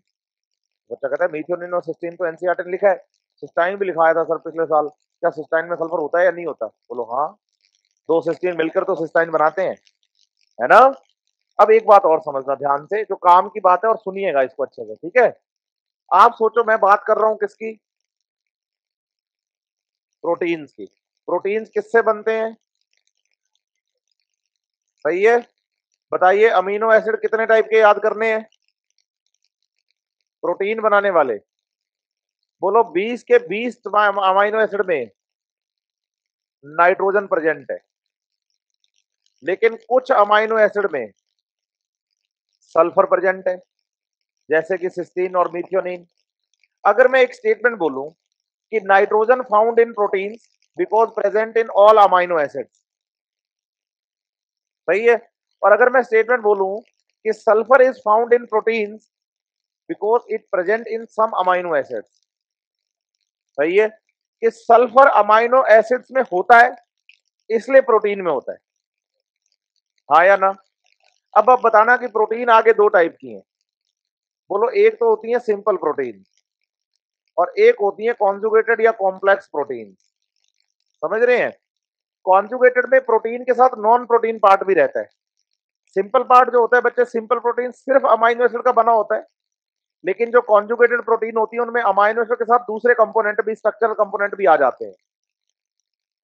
बताइए अमाइनो एसिड के साथ अगर वो स्ट्रक्चरल कंपोनेंट फास्फोरस वाला हो, कौन हो? तो ऐसी प्रोटीन्स को फॉस्फोप्रोटीन्स कहा जाता है। और मजे की बात पता है क्या है? पूछो क्या? एक भी अमाइनो एसिड 20 में से ऐसा नहीं है जिसमें फास्फोरस हो। जिसमें अगर स्टेटमेंट आ जाए कि phosphorus is found in protein, phosphorus is found in proteins because it is present in the amino acid. Sulphur amino acid में है इसलिए प्रोटीन में मिलता है, फास्फोरस अमाइनो एसिड में फिर भी प्रोटीन में मिलता है। इसलिए एनसीईआरटी ने फोकस किया कि प्रेजेंट इन सर्टेन, और यहां फोकस किया कि प्रेजेंट इन सर्टेन। दिमाग में घुसी बात या नहीं? और एग्जाम में क्वेश्चन क्या था? नीट 2000 उसमें, एम्स 2013 में स्टेटमेंट ये थी कि भाई which one statement is not correct करके, और उसमें एक स्टेटमेंट लिख दी उन्होंने लिखा कि phosphorus is found in all proteins and certain nucleic acids. और एनसीईआरटी लिखती है phosphorus found in all nucleic acid and certain protein. उल्टा लिख दिया उन्होंने उसको, और यही आंसर गया था। स्टेटमेंट बेस्ड क्वेश्चन आया था 4 ऑप्शन वाला, ठीक है? अरे हाँ ना तो बोल दो। यहां तो कोई प्रॉब्लम, कोई ऐसी बात लगे जो ऊपर से गई? पक्का? ठीक है। साथ ही साथ आपको याद करना है कि जो सल्फर है बच्चे,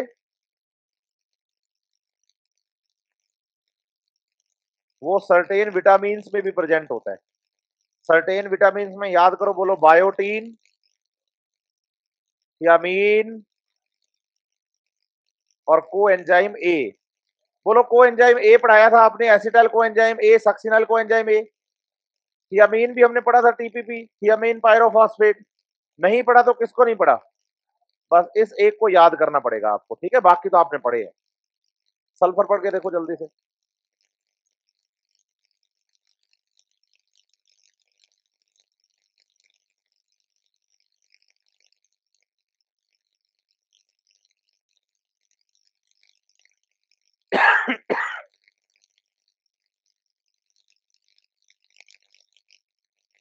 चलो चले आगे। 7 नंबर एलिमेंट बताओ। आयरन। अब देखो 6 मैक्रो हो गए, अब माइक्रो शुरू हो गए। 7 माइक्रो पढ़ने, 13 हो जाएंगे टोटल। एक 14वां निकल और बता दूंगा मैं आपको, क्योंकि एनसीईआरटी में है नहीं, मैं बता दूंगा मेरी तरफ से, ठीक है? आयरन की बात करते हैं। बोलो iron absorb in the form of Fe+3। एक तो बताओ आयरन जो है बच्चे, इसको इस ईटीएस चलाने के लिए जरूरी है। पूछो क्यों? एक तो ये FES में प्रेजेंट है, ठीक है? और दूसरा बताना कि कोर मेटल ऑफ साइटोक्रोम। जो साइटोक्रोम्स होते हैं ना, cytochrome V6, cytochrome F, cytochrome B, cytochrome C1, cytochrome C, cytochrome A, cytochrome A3, ETF में पढ़े थे। उनकी कोर मेटल आयरन होती है और ये दो फॉर्म रखता है, Fe+2 और Fe+3, इसलिए ETS में बड़ा हेल्प करता है। कौन? इसलिए हर टाइप के ETS में आपको आयरन मिल जाता है। सही है। तो आयरन सल्फर प्रोटीन में प्रेजेंट है, साइटोक्रोम्स की कोर मेटल है। साथ ही साथ याद रखिए कि बोलो essential for synthesis of chlorophyll. अच्छा, एक लाइन बोलो तो कितने बच्चे फोटोसिंथेसिस के लिए हाँ कर देंगे? Succinyl coenzyme A plus glycine converts into protochlorophyll. Light गिरती है तो क्लोरोफिल बन जाता है ना? और बताइए, this whole reaction is induced by iron. Iron is not a structural component of the chlorophyll but it is essential for the synthesis of chlorophyll. चेहरे पे स्माइल आ गई नहीं? आनी भी चाहिए। तो succinyl coenzyme A plus glycine converts into protochlorophyll and protochlorophyll converts into chlorophyll, and this whole induction reaction is induced by iron. So iron is not a structural component of the, but it is essential for the synthesis of the, इसलिए हम कह रहे हैं कि essential for the synthesis of chlorophyll. अच्छा, कितने बच्चों को एंजाइम्स का प्रोस्थेटिक ग्रुप याद है? प्रोस्थेटिक ग्रुप कोफैक्टर्स में पढ़ा था, को एंजाइम, मेटल एक्टिवेटर और प्रोस्थेटिक ग्रुप। प्रोस्थेटिक ग्रुप का एग्जांपल बता दो। Haem group of the catalase enzyme, और हीम में आयरन होता है, इसलिए आप बता सकते हैं कि iron is activator of catalase, activator of catalase enzyme. समझ रहे हैं बात या नहीं? देखो एनसीईआरटी ने लिख के दिया है नहीं? लास्ट है पेज नंबर 197 का लास्ट एलिमेंट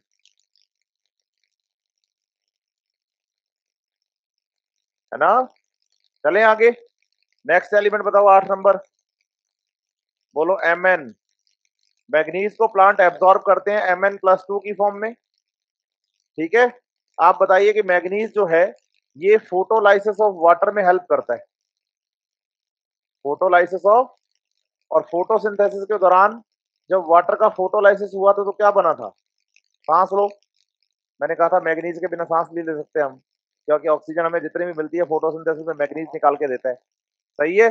और दूसरा बताइए कि एक ऐसा एलिमेंट है जो फोटोसिंथेसिस में काम करता है, बिल्कुल फोटोलाइसिस ऑफ वाटर में, रेस्पिरेशन में काम करता है। पढ़ा था कहाँ? बोले ये याद नहीं है।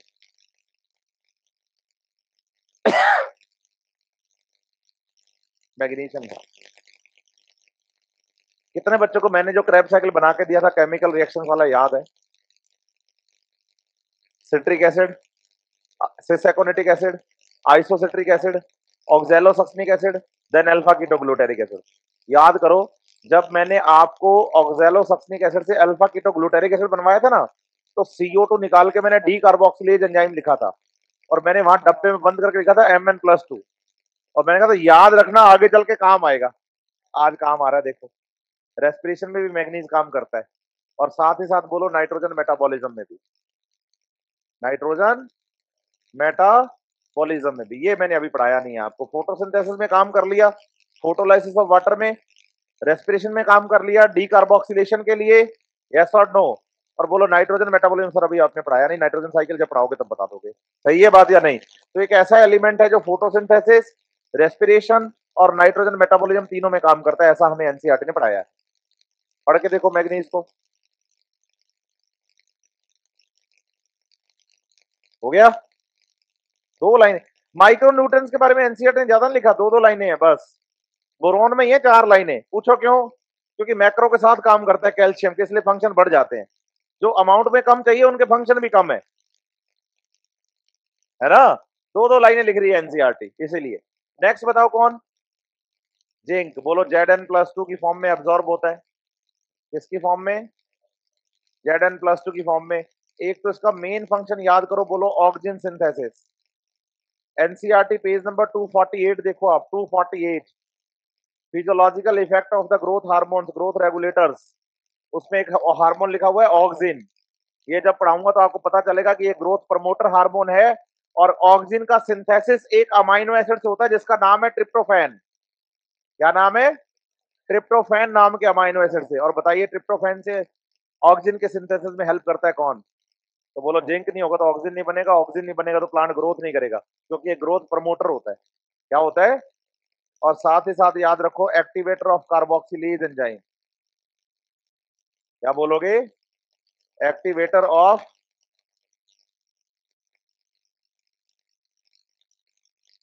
Carboxylase enzyme. सही है बात या नहीं? चलो आगे जिंक पढ़ के नेक्स्ट एलिमेंट बताओ। 10 नंबर पे याद करेंगे सीयू, कॉपर। सही है। सीयू को प्लांट एब्जॉर्ब करते हैं, बोलो Cu+2 की फॉर्म में। एक तो आपको याद करना है भाई ईटीएस का पार्ट है, पूछो कैसे। आप याद करो ईटीएस का complex number 4, cytochrome C oxidase, cytochrome A and ए3 के साथ 2 copper centre. NCERT page number 233 पे डायग्राम है, ईटीएस का डायग्राम पढ़ाया था मैंने आपको, याद है या नहीं है? तो उसमें 4th कॉम्प्लेक्स में क्या पढ़ा था? हाँ, कॉपर ए कॉपर बी, 2 कॉपर सेंटर्स। और also present in PC, plastocyanin. PS2 से इलेक्ट्रॉन निकला फियोफाइटिन से PQ, PQ से साइटोक्रोम B6F और उसके बाद प्लास्टोसाइनिन में जाता है, जिससे इलेक्ट्रॉन आगे PS1 में जाते हैं। और PC A small protein of the ETS of the photosynthesis in the thylakoid membrane which found at the surface of the thylakoid membrane toward the lumen। याद है या नहीं है? और कोर मेटल कौन होता है? कॉपर। किसका? हाँ, और साथ ही साथ एनसीईआरटी पता क्या लिख रही है? एनसीईआरटी लिखती है required for overall metabolism. Redox की तरह काम कॉपर और आयरन दोनों करते हैं, Fe+2 Fe+3, Cu+2 Cu+, है ना।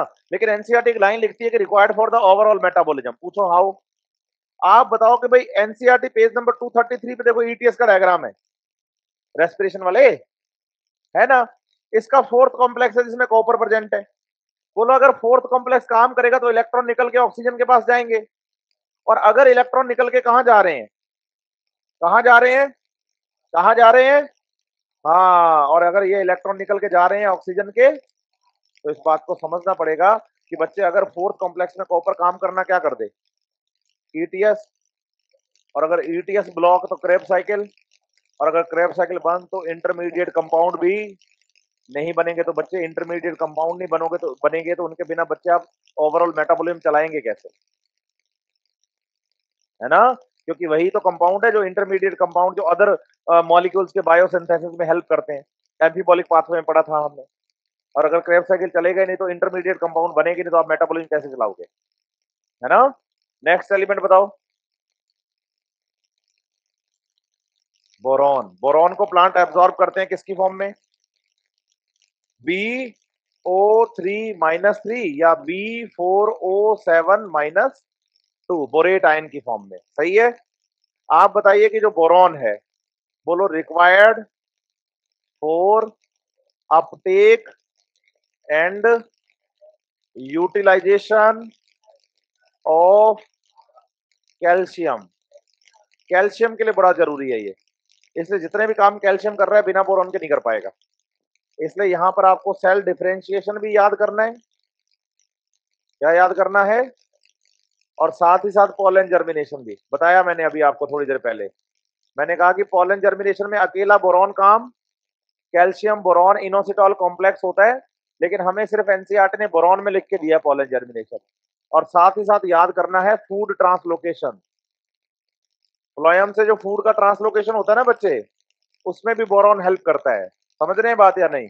लेकिन हमने अभी तक उसके बारे में कुछ पढ़ा, क्योंकि हमने एनाटॉमी नहीं पढ़ी ना। तो सीव ट्यूब में पढ़ेंगे अपने सी पोर्स के बारे में, तो आगे चल के बात पता चलेगी हमें। ठीक है। इसके बाद जो नेक्स्ट एलिमेंट है बच्चे बोरॉन के बाद, कौन है? Molybdenum, MO, 12th number. बोलो MO O2+ की फॉर्म में एब्जॉर्ब होता है। और इस देखो याद करो, कल भी मैंने बताया था कि मॉलिब्डेनम की रिक्वायर्ड सबसे कम अमाउंट होती है। पूछो क्यों? छोटा सा काम करता है। पूछो क्या? बोलो activator of nitrogenase enzyme, nitrogen metabolism का एंजाइम है, and nitrate reductase enzyme.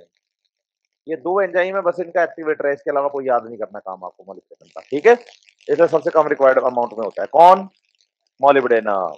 Next element बताओ है, 13 नंबर पे पढ़ेंगे हम Cl, और इसे प्लांट एब्जॉर्ब करते हैं Cl। एक तो याद करो एनाइन कटाइन बैलेंस, पूछो क्यों, गार्ड सेल्स में पढ़ा था, बताया था कि गार्ड सेल्स में जब आ जाता है ना कौन, है ना, तो K+ के साथ ही Cl- भी उसको बैलेंस करने के लिए आता है। और दूसरा याद करो फोटोलाइसिस ऑफ वाटर, क्या याद करोगे, फोटोलाइसिस ऑफ, जिससे ऑक्सीजन प्रोड्यूस होती है। तो Mn+2 और Cl- दोनों फोटोलाइसिस ऑफ वाटर में काम करते हैं, सही है। और लास्ट एलिमेंट बताओ, ये हमारे एनसीईआरटी में है नहीं, मैं आपको बता देता हूं, इसका नाम है Na। प्लांट इसे एब्जॉर्ब करते हैं Na+2 की फॉर्म में। और बताइए ये एक्टिवेटर होता है बच्चे यूरिएज एंजाइम का। आप बताइए प्लांट्स के लिए नाइट्रोजन, प्लांट्स के लिए नाइट्रोजन जो है वो क्या है बच्चे, मैक्सिमम रिक्वायर्ड, इसलिए क्रिटिकल एलिमेंट है। सॉइल में क्या रहता है कम, तो बाहर से देना पड़ता है। तो प्लांट जब सॉइल से रूट्स में एब्जॉर्ब करते हैं यूरिया, तो उस यूरिया को तोड़ने वाले एंजाइम का नाम यूरिएज। तो यूरिएज से प्लांट अपना नाइट्रोजन का यूटिलाइजेशन कर पाता है। क्लियर है बात या नहीं। तो कितने एलिमेंट हैं, फर्स्ट कौन सा, second, third, fourth, fifth, six, seven, 8, 9, 10, 11, 12, 13, 14। बताइए ऑयल सिंथेसिस किसका काम है, सल्फर का, किसका काम है। और एनाइन कटाइन बैलेंस कौन करता है, पोटेशियम और क्लोरीन दोनों, K+ और Cl-। ईटीएस में कौन कौन काम करता है, आयरन सल्फर कॉपर, FeS में भी सल्फर है ना, तो ईटीएस में कौन कौन काम कर रहे हैं। लेकिन हालांकि एनसीईआरटी ने ईटीएस में सिर्फ हमें आयरन और कॉपर लिख के दिए, है ना। तो बताइए oil synthesis, anion cation balance, हाँ, फोटोलाइसिस ऑफ वाटर, मैग्नीज और क्लोरीन, Mn+2 और Cl-। मैग्नीज और oil synthesis, anion cation balance, photolysis of water, Mn और, यस, सही है बात या नहीं। और अगर आपसे पूछे कि भाई ईटीएस में कौन काम करता है, आयरन कॉपर, हालांकि सल्फर भी होता है, लेकिन एनसीईआरटी ने एक ऐसा एलिमेंट बताओ जो ओल्डर लीव्स में, ओल्डर पार्ट्स में एक्यूमुलेट होता है, कौन। अच्छा, सेल मेम्ब्रेन का फॉर्मेशन कौन करता है, फॉस्फोरस। सेल मेम्ब्रेन का फॉर्मेशन फॉस्फोलिपिड करवाता है, फॉर्मेशन कौन करवाता है, और सेल मेम्ब्रेन की परमेबिलिटी कौन मेंटेन करता है, एग्जैक्टली। तो मेम्ब्रेन फॉर्मेशन और मेम्ब्रेन फंक्शनिंग, तो oil synthesis, anion cation balance, photolysis of water, ETS में काम आयरन कॉपर। बताइए मेम्ब्रेन फॉर्मेशन कौन, और मेम्ब्रेन फंक्शनिंग, सही है, यस और नो। अच्छा, एक ऐसा एलिमेंट बताओ जो सर्टेन प्रोटीन्स के लिए चाहिए, वेरी गुड, सर्टेन प्रोटीन्स और सर्टेन अमाइनो एसिड में सल्फर, सभी अमाइनो एसिड में है नाइट्रोजन, तो सर्टेन अमाइनो एसिड में, सभी अमाइनो एसिड में, सर्टेन अमाइनो एसिड में। अच्छा, कौन कौन से अमाइनो एसिड में, सिस्टीन और, तो बताइए oil synthesis, anion cation balance, photolysis of water, ETS में help, membrane formation, membrane functioning, certain proteins, certain amino acids, है ना, सर्टेन विटामिन में, सर्टेन विटामिन में, मोस्ट ऑफ द विटामिन में, सर्टेन विटामिन में, कौन कौन से विटामिन में? बायोटीन, थियामीन, बायोटीन, थियामीन, समझ रहे हैं बात? Oil synthesis, anion cation balance, photolysis of water, ETS में involve, membrane formation, membrane functioning, certain proteins, certain amino acids, कौन कौन से अमाइनो एसिड्स? सर्टेन विटामिन, कौन कौन से vitamin? Oxygen synthesis, oxygen synthesis, पक्का। एक ऐसा एलिमेंट जो फोटोसिंथेसिस, रेस्पिरेशन और नाइट्रोजन मेटाबॉलिज्म तीनों के लिए काम करता है। कौन कौन कौन? स्पिंडल फॉर्मेशन, कौन? अच्छे से। क्रोमोसोमल मॉर्फोलॉजी में हेल्प, कौन कौन? ईटीएस में हेल्प, आयरन, दोनों। पॉलन जर्मिनेशन, फूड ट्रांसलोकेशन, सारे तो याद हो गए तुम्हें, दोबारा रिवाइज करते हैं एक बार। Oil synthesis, anion cation balance, photolysis of water, oxygen synthesis. इसमें एक काम करते हैं,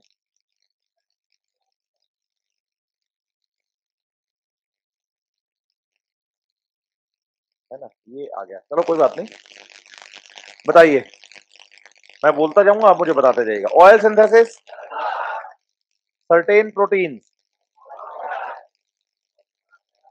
सर्टेन अमाइनो एसिड, कौन कौन से amino acid? Oxygen synthesis, photolysis of water, pollen germination, ETS में, सेल मेम्ब्रेन का फॉर्मेशन, मेम्ब्रेन की फंक्शनिंग, स्पिंडल फॉर्मेशन। अच्छा, ऐसा एलिमेंट बताओ जो क्लोरोफिल का स्ट्रक्चरल पार्ट नहीं लेकिन फिर भी जरूरी है? आयरन। और ऐसा एलिमेंट बताओ जो क्लोरोफिल का स्ट्रक्चरल कंपोनेंट है, और नाइट्रोजन, N4Mg, N4Mg। सही है बात या नहीं? यस और नो, यस और no? Photolysis of water, certain vitamin में, उन विटामिन के नाम बताओ। सही है बात, यस और नो? अच्छे से। अच्छा, क्रोमोसोमल मॉर्फोलॉजी, अच्छा ये बताओ, प्लांट के ग्रोइंग रीजन में सबसे ज्यादा रिक्वायर्ड पोटेशियम, और डिवीजन के लिए और मेरिस्टेम में नाइट्रोजन, पोटेशियम, कैल्शियम, तीनों।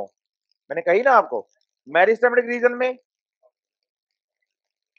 अच्छा, एक ऐसा एलिमेंट बताओ जो राइबोसोम की स्ट्रक्चर बनाता है।